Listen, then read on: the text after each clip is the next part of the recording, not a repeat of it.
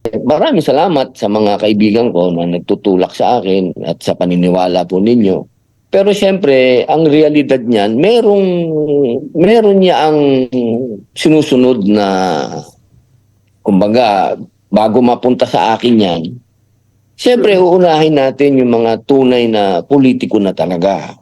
Una dyan ay si Manang Amy Marcos, pangalawa ay si Senator Alan Cayetano, susunod ay si Senator Bongo, ang susunod dyan ay si Senator Bato. Merong hierarchy yan eh. Hindi po pwede na ako kagad kasi ako'y bago lang dito sa politika. Meron tayong susundan na kapag sinabi mong Duterte supporters at na loyalist ni Duterte, meron talaga yon na sinusundan. At para sa akin, ang pinaka-senior niyan ay si Manang Aimee. Dahil makikita naman natin nung nanalo si Digong, ang unang-unang sinasabi ni Digong, gusto niyang mag-unite ang mga Pilipino, kaya niya pinalibing si Marcos Sr., 'di ba? Para matapos na ang hidwaan ng mga Ilocano at ng ibang Bisaya, 'di ba? Yung mga ganyan. Yun ang mga ideal ni mga ni Digong. So ako sumusunod lang doon. Ako yung nagpapasalamat sa mga nagtutulak, siyempre. Maraming salamat po sa inyo. So, can we get a categorical answer, sir? So, if it comes to that point na dumaan sa lahat ng hierarchy at mauwi po at magkaroon ng clamor sa inyo, are you open to it, sir, for a Duterte-Padilla tandem for 2028? Pag-utos ni Digong. Pag-utos ni Digong. Walang pwedeng mag-utos sa akin kahit sino, si Digong lang. Kasi ayaw ko talaga ng politika. Alam naman lahat ng mga nanay ko, alam yan, mga kapatid ko, asawa ko. Basta sinabi ni Digong, susunod ako. Talaga, sir. So, ganun kayo ka-obedient, sir. If sinabi po ni Pangulong Duterte, you will accede to it, sir? Yes, ma'am. Kasi yun, kaya naman ako nandito, ma'am, dahil sa kanya. Sir, push it further, sir, ha? In case nga po talagang iutos sa inyo, are you ready for a higher position po? Ay, pinanganak po tayong ready. Lalo na yan, para sa akin, Vice President, hindi naman masyadong, yan, puro advocacy lang yan eh. Parang ikaw ang spare tire, di ba? Kayang-kaya yan. At iisa naman ako ang paniwala naman ng Duterte, isa ako doon. Ako ay kung ano ang, kasi para sa akin ideology kasi ang Duterte eh. Hindi naman yan personal lang eh, hindi yan si Digong. Ang Duterte kasi ideology yan eh. Pagbabago, yun talaga. Mag-head-to-head sa kanya, given nga po yung taas ng ratings. Sa ngayon, wala pa po. Sinasabi ng mga kasama namin, mag-organize kami, and hopefully before the end of the year, we can come up with our candidate. Pero sa akin, pananaw, dapat ang isa lang ang pwedeng maglaban, VP Sara. Walang iba yan, kundi si dating VP Lenny. Yun, kasi walang issue ng korupsyon kay VP Lenny. Kaya lang, magkakaroon ng dalawang school of thoughts yan. Whether we will coalesce with the administration or we will fight alone. Para sa akin, we should fight alone. Bakit? Hindi ibig sa politika, sa experience ko, hindi ibig sabihin ng 1 plus 1 equals 2. Dito, pagka kami 1, tapos pag sumama kami sa administration, ang ibig sabihin nun, negative 1, kaya magiging 0 because of the corruption issue. Ang sinasabi baka napanaginipan niya lang yun. No, nakakataba po ng puso, pero I don't have plans. Whatever it is, yun lang makatalo kahit sino pa man dyan. No, I would say thank you. Pero I'm kind of tired. Hindi pa nga tapos 2025. Last year, nakita nyo naman, kaliwat kanan ng batikos, demanda sa COMELEC, left and right, papasukin ko na naman ito.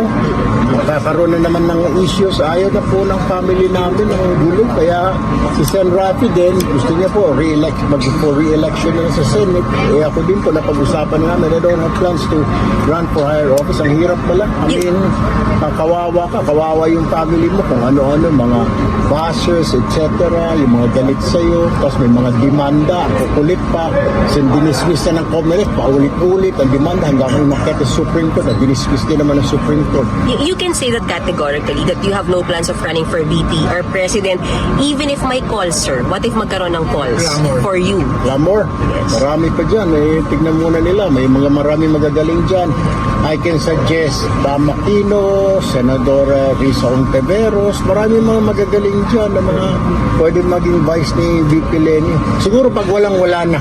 Wala ng tao sa mundo. Ako na lang at saka si Madam Leni at saka papayag. Pero for now, ang dami dyan. Ang dami siguro na makikita. Opinion lang po yun ng political analyst. Mapasalamat po sa political analyst pero that's his opinion. Pero no po, we're tired. My family is tired na yung mga banat, mga akusasyon, investigasyon. Nakita niyo naman, 2025, liwat kanan hanggang sa nanalo na po ako, dinidemanda pa ako, pinapa-investigahan. So, no. Wala bang bearing yung mataas mong ranking sa nakaraang senatorial elections for you to rethink na baka pwede mong dalhin hanggang VP or presidente? Na wala akong plan. Mahirap. Kahit na sabihin natin nag-number 1 pa ito with all what happened last 2025, yung kaliwat kanan, ang atake, banat, kung sino-sino ang dinimanda, mga hindi mga kilala, kung sino ba itong tao na ito, dinidemanda ka. The usual na naman siguro yung mga issue na yan, di ba? Na mga citizenship, mga dynasty, etc. etc. Ganun na naman yung hahanapan ka ng butas. But I would say na thank you po siguro for the political analyst. Maraming salamat po. I'm not interested po, nor my brother Rafi he's not also interested. Marami pa po dyan. Doon po sa kanila sa liberal, marami po mga magagaling. Tumingin ho muna sila siguro. Sir, isa na lang, have you made up your mind who to support for president? VP Leni, VP Sara? Tingnan ko muna yung mga performance nila. Okay. Let me say thank you. Salamat, sir. Thank you. So today, as you take your oath, you reaffirm the belief that every Filipino child deserves a fair shot at a brighter tomorrow. Bawat lesson plan na ginawa ninyo, bawat karanasan sa silid-aralan na nililikha ninyo, bawat mabuting asal na itinuturo ninyo, doon unti-unting nabubuo ang kumpiyansa at pangarap ng ating mga estudyante. Walang katumbas ang sakripisyo ng ating mga guro. Gumigising madaling araw, bumabiyahe ng malayo. Pagdating sa paaralan, buong araw kayong nakatutok sa mga bata. Pag uwi, magche-check pa kayo ng papel at maghahanda pa para sa susunod na araw. At kapag kailangan ng bayan, nariyan kayo sa presinto tuwing eleksyon, sa komunidad para sa census, sa anumang tungkulin kailangan gampanan, nandyan ang ating mga guro. Talaga naman, ang serbisyo ninyo sa bayan hindi lamang ay para sa bayan, hindi lamang sa paaralan. That's under review. Under review po. Under review meaning may resolution na. It's pending review with the division head. Kailan po siya nasubmit for us? I'm not sure. Alam ko po I'm not sure but late 2025. Sir, may resolution na, meaning isasampa na lang bilang kaso? Di po.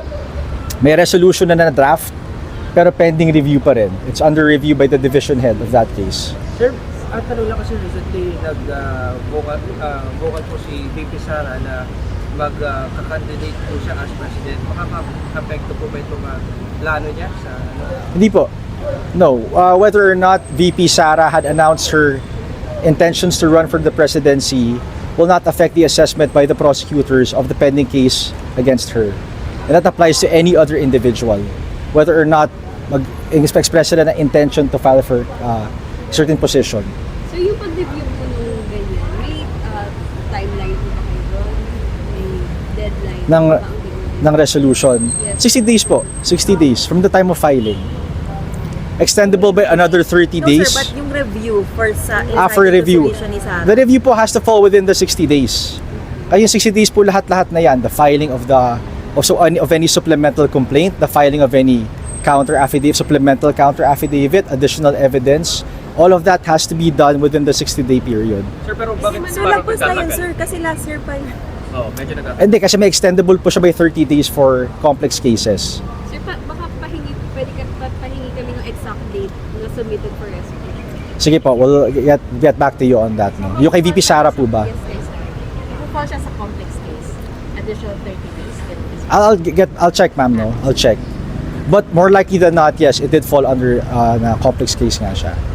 First of all, allow me to request the members of Congress here 2 words: impeach her.